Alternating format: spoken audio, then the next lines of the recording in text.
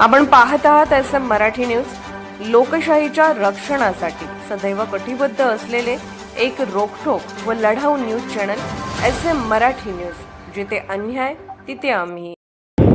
कारण बुद्धांचा विचार म्हणजे सत्याचा विचार, बुद्धांचा विचार म्हणजे खऱ्या अर्थानं नास्तिकतेचा विचार, बुद्धांचा विचार म्हणजे समतेचा विषमता नष्ट करणारा विचार, बुद्धांचा विचार म्हणजे स्त्रीला देखील पुरुषाच्या बरोबर स्थान देणारा विचार आहे। पण त्याच्यापेक्षा एक महत्त्वाची गोष्ट आपल्याला विसरून चालणार नाही, आणि ती म्हणजे बुद्धांचा विचार म्हणजे हा सत्याच्या शोधनाचा विचार आहे। आणि जो धर्म सत्याला घेऊन पुढे जातो, जो धर्म समाजाला सत्याच्या दिशेने पुढे नेत जातो, तो धर्म विज्ञानापर्यंत येऊन पोहोचत असतो। मनुवादानं आणि ब्राह्मण्यवादानं या देशातलं सत्य नष्ट केलं आणि विज्ञानही नष्ट करून टाकलं। हा देश कधीच विज्ञानाच्या मार्गाने चालणार नाही अशी व्यवस्था करून ठेवली।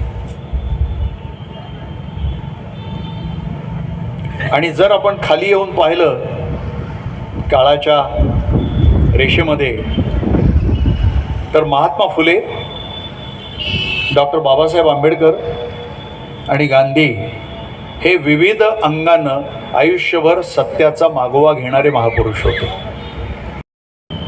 आणि भारताची परंपरा म्हणजे काय हा प्रश्न विचारल्यावर स्पष्टपणे ही परंपरा एका बाजूला फुले शाहू आंबेडकरांच्या विचाराची परंपरा आहे, ज्या परंपरेचे खूप आधीचे पाईक बसवेश्वर अण्णा पण येतात, आणि दुसऱ्या बाजूला ही परंपरा बुद्ध आणि गांधीजी पण आहे।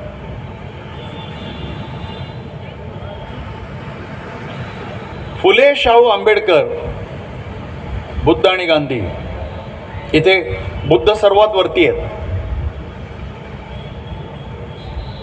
माझं अतिशय जुनं म्हणणं आहे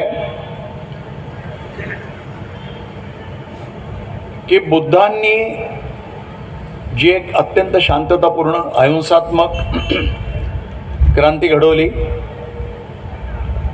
या देशातला मनुवादाचा पूर्णपणे पराभव केला,